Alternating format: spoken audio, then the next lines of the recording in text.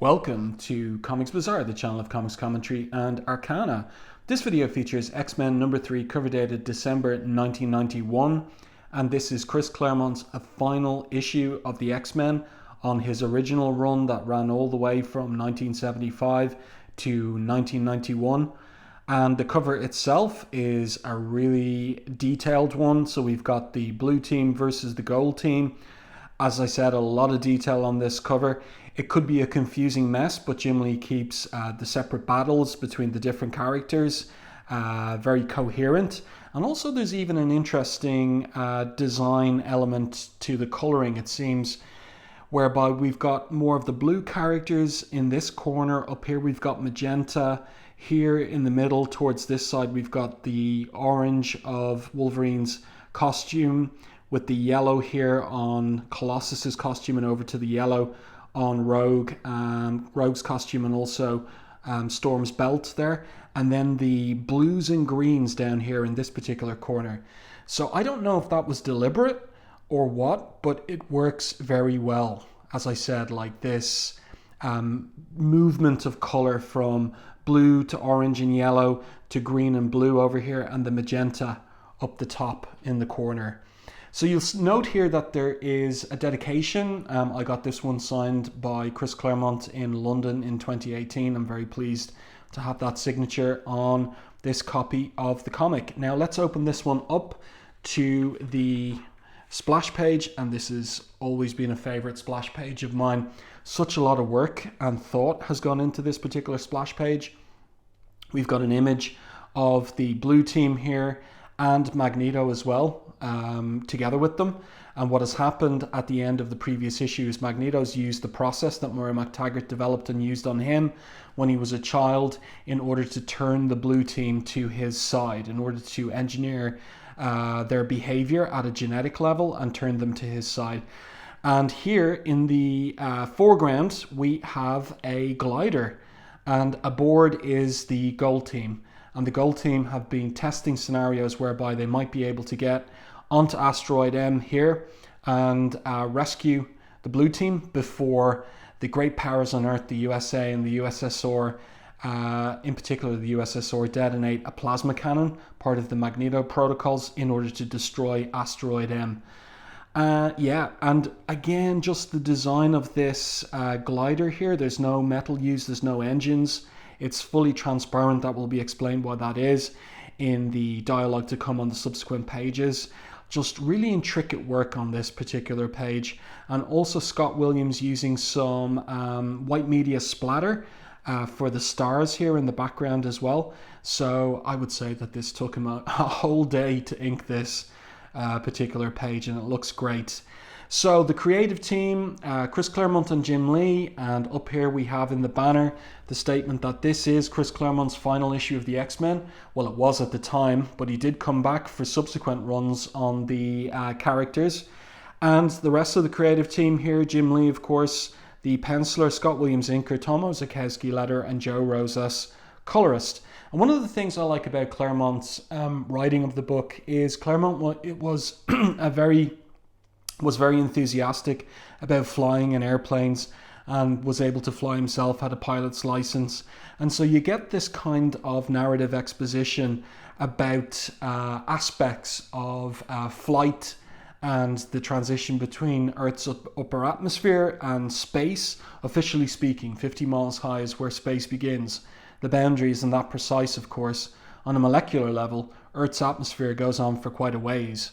For all intents and purposes, though, this is considered to be as high as human beings can fly in anything less than a rocket. You know, like, who writes like that except for Claremont? That's his very distinctive voice and interests that have infused his writing on these characters for 16 years. And I really enjoy it. I enjoyed it at the time. It's something different, and it really speaks to the fact that the X-Men and his work on the X-Men to that point had been Claremont's life's work. So let's continue with the story now. This being Claremont's final issue of the X-Men, there is a lot of dialogue. There are a lot of words in this comic. It is probably one of the most wordy comics that Claremont ever wrote, especially in the final few pages.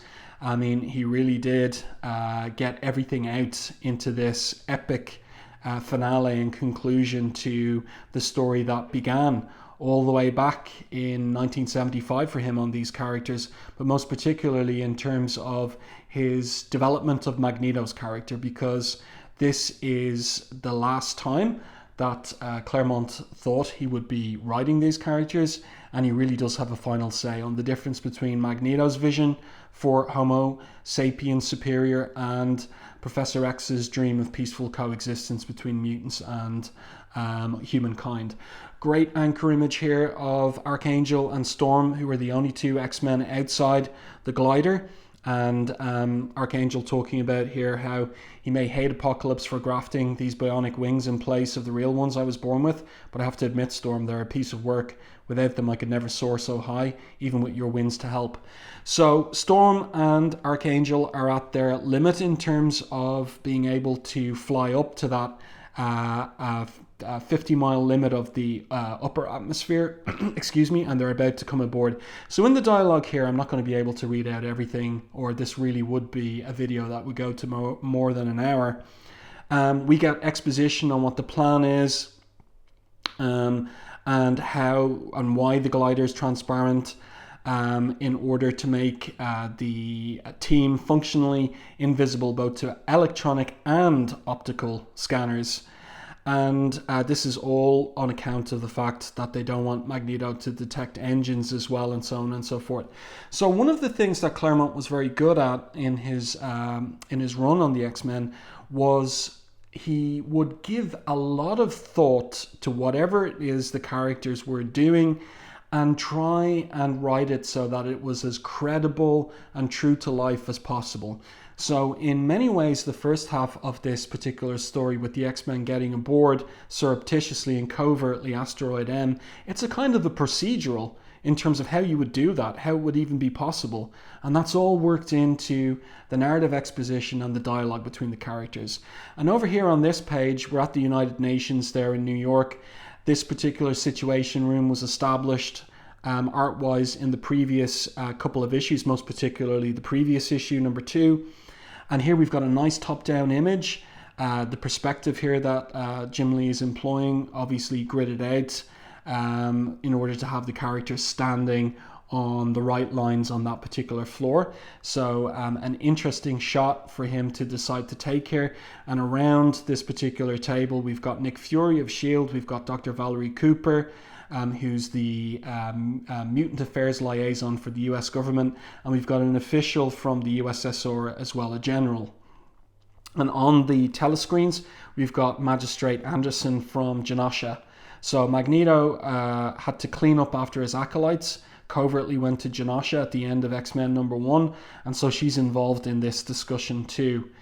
And what I like about Claremont's thinking about, the X-Men and the Marvel universe more broadly, is he thinks about it in kind of sci-fi terms, like science fiction terms. What would the world be like, and how would the great powers like the USA and the USSR react to the existence of mutants? So he's always thinking out how that might go in the real world, but not to the extent of Alan Moore in works like Miracle Man or in Watchmen in particular. So there are conventions here of superhero comics that Chris Claremont does not deconstruct, but insofar as those conventions are part and parcel of the superhero comics genre, and therefore they're not to be deconstructed, beyond that he does think out real world consequences for the existence of superpowered beings in our world. And so the general here, or rather I think it's Magistrate Anderson here, says to the ambassador, he's not a general, Ambassador Kamenev of the USSR, she says to him, this is a war, Ambassador, and we either win it outright or yield ourselves and all humanity up to Magneto as virtual slaves, allowing him to lord it over us like some ancient god on Mount Olympus. Yes, people will suffer, and people may well die, as my countrymen here in Genosha have suffered and died at the hands of that mutant madman and his pet terrorists, but sometimes that's the price demanded of survival and freedom. And the ambassador replies, my government's position precisely, and yours as well, Colonel Fury. In this, Moscow and Washington are in full agreement. And Val asks, no matter the cost. And Kamenev continues, our heads of state are the makers of policy, Dr. Cooper. We are merely its executors, or executors, and our orders are plain. Directly, the plasma cannon achieves its firing coordinates. Asteroid M and all aboard are to be destroyed. So these are the high stakes, and this is the time pressure that the gold team is under in order to rescue Professor X and the blue team from Asteroid M. And I like the little color hold that we have here. We have clearly a photocopy of these drawings of Val and Nick Fury, and then reduced in size and turned into a color hold for the computer screen here. So Forge and the gold team are getting a feed from the United Nations, and Forge basically says of the humans' decision to create such a machine as the plasma cannon. He says here, and this further points what I was saying about Claremont thinking about the real world consequences of superpowered beings. They look around, they see a world that's slipping more and more out of their control, says Forge. Mutants, super beings, gods, aliens, a guy who sticks to walls at one extreme, a creature who eats planets at the other, Galactus. Each one that comes into being, they feel, diminishes the rest of humanity. Ordinary Homo sapiens, that little bit more. The future they see, Jean, is one where they're destined to be perpetual victims, innocents caught between beings whose powers they barely comprehend and haven't a hope of matching, where they'll always be at our mercy. This way, they demonstrate that they mean business. They may never be able to put the genetic genie back in its bottle, but they're still determined to be its master, and thereby, says Forge, prove Magneto right. So they're back to the practicalities of getting on board Asteroid M. Jean is going to use her telekinesis, and she is building up her strength in these particular panels, getting ready to go.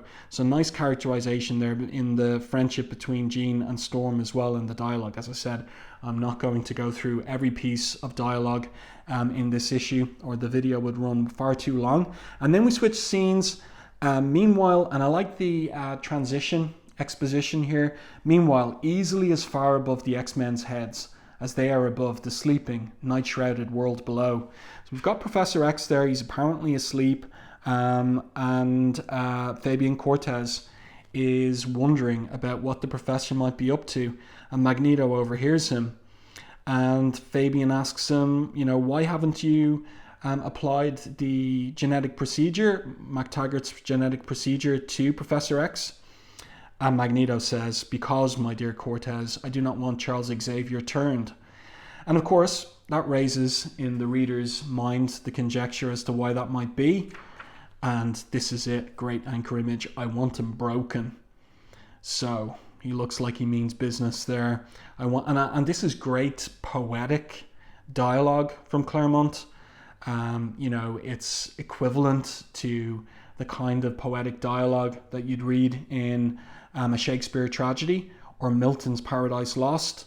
Magneto says here, I want his heart to crack. I want him to choke with grief as I did when I learned of how my old and dear friend had betrayed me. So Moira protests that it was all her doing, that Professor X had nothing to do with it. He tells her that she'll speak only when spoken to, and he's enraged. He says, you dare call yourself a human being? I was a baby, Dr. MacTaggart, entrusted helpless to your charge, yet you betrayed every code of honour and decency, even your own Hippocratic oath as a physician, to alter my genetic structure. Did it give you pleasure playing God? How you must have laughed, you and Xavier. This is great stuff from Claremont. This is very layered stuff, because that's what Forge was talking about in the previous scene, about how regular human beings are afraid of Magneto playing God aboard Asteroid M with the nuclear missiles pointed towards Earth like a Mount Olympus, a god on Mount Olympus, as Magistrate Anderson put it. And here he is, enraged at Moira MacTaggart playing God with his genetic code and structure. So he talks here about how he's going to bring peace to this globe. He's going to impose it. He's going to coerce the great nations into becoming peaceful. And from that peace, a golden age. But then he breaks down, coughing. Moira, this is a great little bit of characterization here from Claremont, where Moira, who's just been castigated by Magneto, is reaching out to help him, but he knocks her away, and Cortez here comes, and he's a snake, and he's there saying how he's going to use his powers to help Magneto, but Moira's twigged that Cortez isn't helping at all. No, Magneto, no, she thinks to herself, do you not see? The effects of each healing session wear off more and more quickly and leave you more and more debilitated, and he knows it. It's not kindness Fabian Cortez is doing you, Magneto, it's deadly harm. And great rendering of concern in the delineation of those worry lines on her forehead as well. And of course, she hasn't gotten any sleep, so those dark bags under her eyes too. Nicely done by Lee and Williams, the art there. And then there are only a few pages in the comic that have a little less in the way of words on them. This is one of those, where the blue team is having some fun elsewhere on Asteroid M, and Rogue is doing a high dive into the swimming pool, and there's a bit of flirtation here between Gambit and her, but she flies up and away so that he falls into the pool, and then something very interesting happens here, where she says, what am I doing? Where, who? She's confused. And this is a nice little bit here where Gambit recognizes that there's something wrong and that she's scared, and Logan here says, small wonder, Gambit, double dose of those come hither heartbreaker eyes of yours, that'll spook anyone. Remember, his eyes are red as well. And he says here, I like the little transition here where he takes the cigar out and flicks it away and says, give her time, she'll come to her senses, so will you. So what does that mean? And the Beast picks up on Wolverine leaving, making a quietly surreptitious departure from the afternoon's festivities, and dressed for business too, and he wonders what to do about that. And then we switch scene again to the glider making its way still towards Asteroid M, and now Jean gets to use her telekinesis to hurl an awesome bolt of telekinetic force across the sky. So then we're going to get a little explanation of, again, the procedural here, the practicalities of this. Think of it as the ultimate grappling hook, a strand of energy cast across the gulf of miles that must not only latch onto Asteroid M as it swings past along its orbital track, but then hold fast as Jean, using only the power of her thoughts and her innate strength of will, holds the glider upwards, hand over mental hand, knowing that the slightest slip, the most momentary weakness, will doom them all. So this is great stuff. Like, Claremont has mastered the art, which he didn't always have at the very beginning of his run, of writing in expositional narration that adds something to the art that you can't see in the art. That was something that John Byrne used to complain about Byrne in their original collaboration on the X-Men at the end of the 70s and early 80s, that Claremont would sometimes basically repeat what Byrne felt he'd already showed clearly in the artwork. But what Claremont is doing here is adding and enriching and adding other dimensions to what we see in Jim Lee's artwork. And the synergy between artist and writer here is just perfect. It is so good. So the Professor sees the glider, and also it is his, or he endeavors to help out by adding his psychic strength to hers. Moira sees something on the telescreen because the glider's closer now, so optically it can be seen, and then Wolverine arrives. It's a very moody looking Wolverine too, and she is alarmed, and Wolverine says here cryptically, transparent plane, Storm's idea, Forge is doing, I'll bet. Very sneaky, I like that. Coming to the rescue, are they? Can't say that's much of a surprise. He pops his claws. Better make sure we give them the welcome they deserve. But what will that be? It's nicely teased that maybe he's going, that he's still part of that, that he's still, what do I want to say, that he's still under the influence of MacTaggart's genetic manipulations. And now we switch to the glider itself. So it lands on Asteroid M, and then we get, again, more of this procedural stuff where Iceman uses his powers on the hatch, freezing it to near absolute zero. And I like this little couple of panels here where Colossus is going to deliver a punch. that will open the hatch. But I like the way that Lee has him just kissing his fist here before punching through the hatch. That's really nicely done. Just the transition, so good. And the little kind of whimsical detail as well. Such nice stuff in the art. And so detailed the art in this issue too. Again, I think part of the lead-in time that the team had, the 3 months lead-in for X-Men #1, which was a double-sized issue, it's still paying off in terms of the amount of time that Lee has to do the work here on this particular issue. So we have a little funny piece here, I will go through that, where Storm asks the Professor's forgiveness. "Your pardon, sir, we're here to see a man about a rescue." She's being dry. And he says, "Pity, I was hoping for a pizza delivery." And Colossus is confused. He says here, "Is Professor Xavier unwell, Storm? He's making a joke."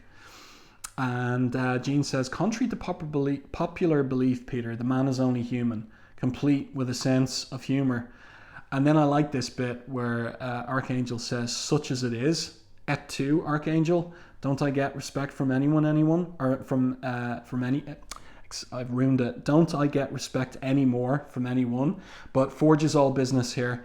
So he is looking around for the blue team, but can't find them so far. And the internal alarms are not sounding yet. So everything seems to be going to plan. But they're going to have to find the blue team the old-fashioned way. That's a great little panel there with the perspective as well as the figures get smaller as they move away from us. Nicely done. And as I said, like, such great detail, such fine detail in the drawings too. But the blue team is up and out, and Cyclops grabs Jean there and kisses her and says, "So tell me, Red, is my kiss as much fun as Wolverine's?"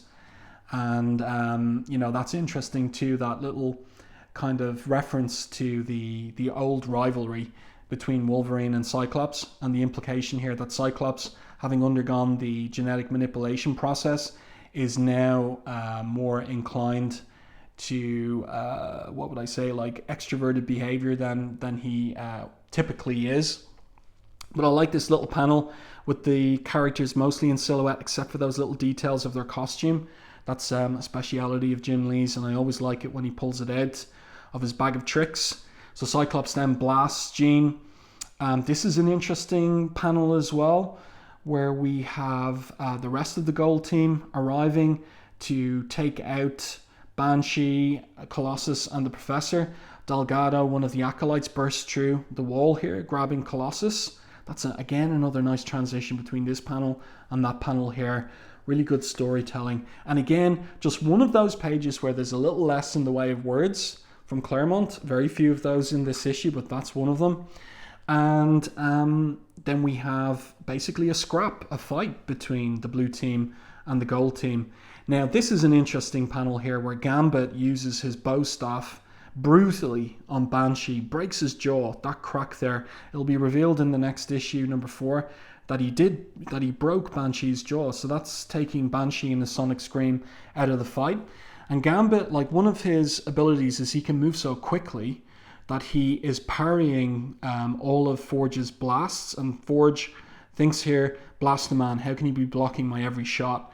Blazes, he's deflecting them back at me. Shield stopping most of them. But he clips him on his prosthetic leg, and that kind of lames Forge.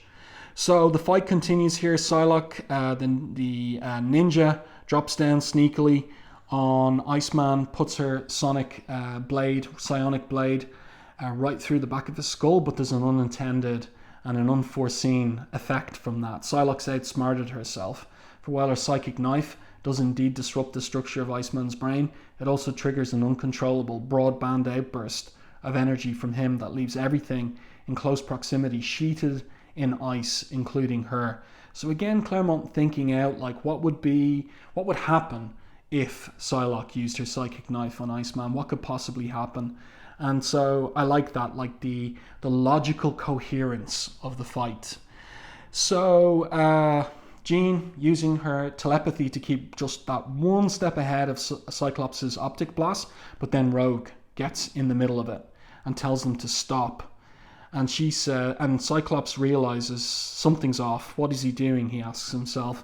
And Rogue says, ain't altogether sure myself, except we're siding with our deadliest foes against our nearest and dearest. And that ain't natural. And Magneto arrives now, finally. And he says, that, Rogue, as with so many things, depends on your point of view. I should have known. No power could bind you, X-Men. Your innate strength of character is too strong, even when it is for your own good. But I had hoped. So Cyclops attacks Magneto, and one of the acolytes gets in the way, hits Cyclops with this particular gun that she's carrying. Magneto's not happy with that. He says, I will have neither my person nor my home further despoiled. I did not wish you X-Men harm, but I also cannot afford to allow my further oppression. So Professor X starts arguing with him. When all is said and done, your dream, Magneto, cannot endure because it will forever be tainted by the blood of those you've sacrificed along the way. So Magneto basically defends himself, but the professor keeps pushing with his argument. He says here, do you want slaughter? Do you want slaughter? And then Magneto falls again. His helmet comes right off too, which means that he's vulnerable to telepathic attack. And the professor here says in his exclamation that Magneto's discorporating. So we're going to get an explanation of that coming up here. This is a nice little scene as well between Magneto. And remember, he's very weakened, so he's not in a position to use his powers just at this moment on Wolverine. And Wolverine says to him, game's over, bub. Time to call it quits. Magneto thinks that he means to kill him. Go ahead then, Wolverine. Make your day. Play the role you seem born to, that of executioner. I cannot stop you. And Wolverine says, I'm tempted, but we're heroes. Even when it hurts, we got to stand for something. And I draw the line at murder. And that speaks again to the sweep of what Claremont did with Wolverine as a character. He was a mad killer when he was part of the original all-new, all-different X-Men. And Claremont really didn't know what to do with him, but over time developed him into this more measured, more controlled man who really does have a very well-developed moral compass and who is not at all an indiscriminate or thoughtless killer. So now, Moira MacTaggert reveals that her process failed. She says that, she gives an explanation of why, but she says to Magneto, you were never deprived of anything by me. The choices you made were the ones you would have made regardless. And if there's been betrayal here, 'tis not by us. Look to your own for that. Look to the man who's goaded you to confrontation at every stage, who's cast you irrevocably as humanity's enemy, claiming his power was healing you when every use of it made matters worse. So Magneto says here, you lie. That's a great look on his face, the gritted teeth and everything. And there, Cortez has left on an escape pod. Wolverine says he tried to prevent him, but the asteroid was too big, so he got to the hatch too late. And Storm makes the point that he's fleeing before the plasma cannon is fired, but we'll learn that Cortez has other plans than that. In fact, his plan is to trigger the plasma cannon, and so it blasts right through Asteroid M. And this is Magneto here using the last drops of his power to hold the asteroid together. And there's more that Cortez was planning. A masterful stratagem, says Magneto. In addition to the plasma beam, Cortez attempted to simultaneously ignite the nuclear warheads of the missiles that had arrayed about my asteroid as a defensive measure. I've magnetically disabled the triggers. The weapons are useless. Now, you don't see any of that in the art, so that's Claremont adding that in the dialogue here. And it just adds to the story. It enriches it. It gives it even more depth. Gives us a sense that everything has been very carefully thought out, that nothing has been forgotten. It's all very, very carefully wrought comics here. So now it's time to go. Interesting that this particular panel matches that one here, but they're moving off the asteroid now. And Magneto, Professor X wants Magneto to come too, but Magneto says, "You're the stubbornest of men, Charles, not to mention one of the most foolish. I have englobed the asteroid with an energy shield to deflect any further attacks. It takes my total concentration to maintain the internal physical and environmental integrity of this complex. Here I am, here I will remain." So the professor keeps arguing with him, wants the acolytes maybe at least to be let accompany the X-Men out of Asteroid M, but they decide they want to stay. And Magneto says here, "They've made their free choice, Charles. So have I. My life was shaped by forces and events none of you can possibly understand. You speak to the best in humanity, I've endured the worst. You imagine the reality of the Holocaust of the Nazi death camps, I grew up in one." And that's a backstory established by Claremont all the way back in Uncanny X-Men 150. Magneto continues there, he says, "Perhaps, as you say, I'm tainted by blood and rage and death, but perhaps as well, that blood and rage and death comprise the armour that will sustain me and those who stand by me through the ordeal to come. The past is prologue, old friend, and the future I behold for you is war."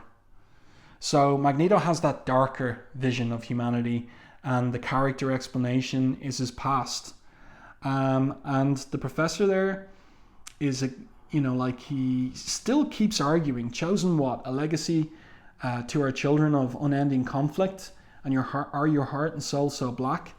But Rogue pulls him back and says it's no use. I like this from Claremont as well. She says, "You all may be using the same words, but you don't speak the same language. I wonder if you ever did." This is a great shot of Magneto, very majestic looking as he uses his power to seal the hatch. And he says, "Farewell, my old friend. Whatever comes, I and mine will not go like lambs to the slaughter, but like tigers." I like that too. That's great dialogue. So they're aboard. The hatch is sealed. It's time to get out of there in the glider. The asteroid explodes. And the professor says here, that at the last, Magneto opened his mind to him and gave a last speech. "I save you, X-Men," he said, "because that is my task in life. To safeguard my people, Homo sapiens superior mutant kind, from those who would do us harm. And those forces are legion. In that, and I suspect nothing else, Charles, we are much alike. I've survived one Holocaust.